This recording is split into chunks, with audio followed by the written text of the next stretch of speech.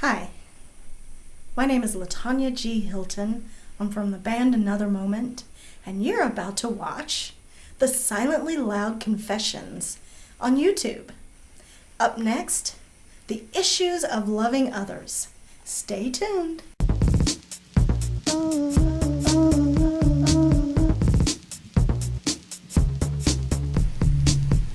If my limbs could catch up with my heart, then you would know how much I love you. I wanted to show every part for all the world to view. You made me, you saved me, please decorate me in your love. God is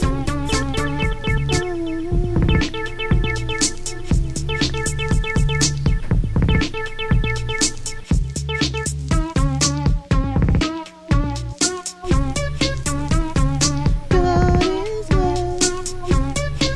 I wanted to show every little piece of me. God is love. I want everyone to see that's true.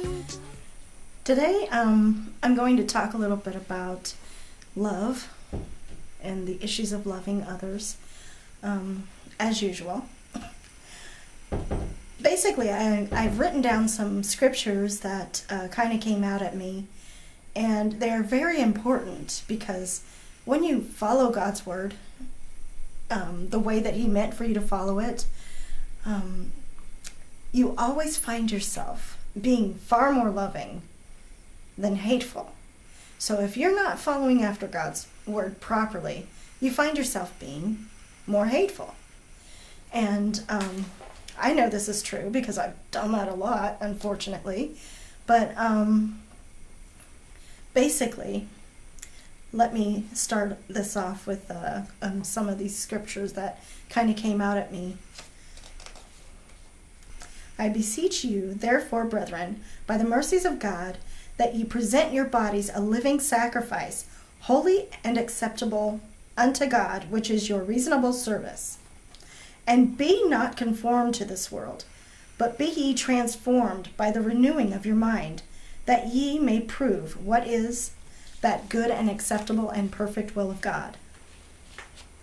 For I say, through the grace given unto me, to every man that is among you, not to think of himself more highly than he ought to think, but to think soberly, according as God hath dealt to every man the measure of faith.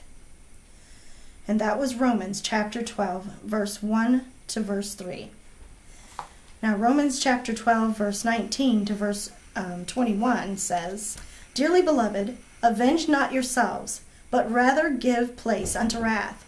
For it is written, Vengeance is mine, I will repay, saith the Lord. Therefore, if thine enemy hunger, feed him. If he thirst, give him to drink.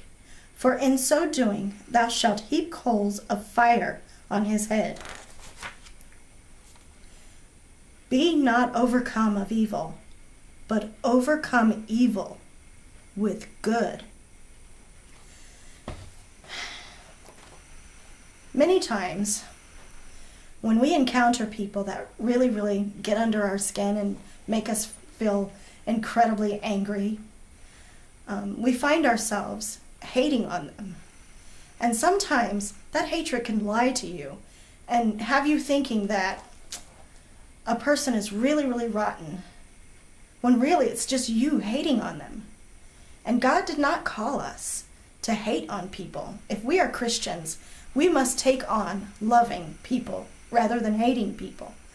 Because if we would just, I had a friend once who went to this church that I went to, and her name was Jan, and she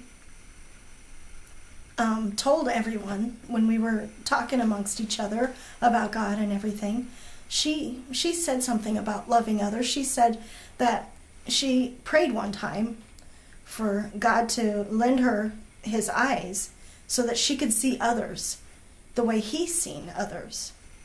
And I thank God for her because it opened my eyes, because I realized that when I looked around at people that I thought were hurting me, sometimes they weren't deliberately hurting me. Sometimes they were just really busy doing things. Because nowadays it seems like everybody's so busy. We're like Martha, We're like Martha, just busy doing this and busy doing that instead of sitting with the Lord so that he can, shower our minds with loving things so that we could be loving towards others.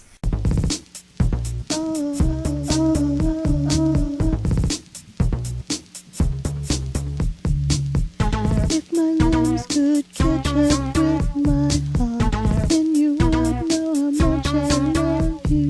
I wanted to show every part for all the world to view. You made me, you saved me, please decorate me.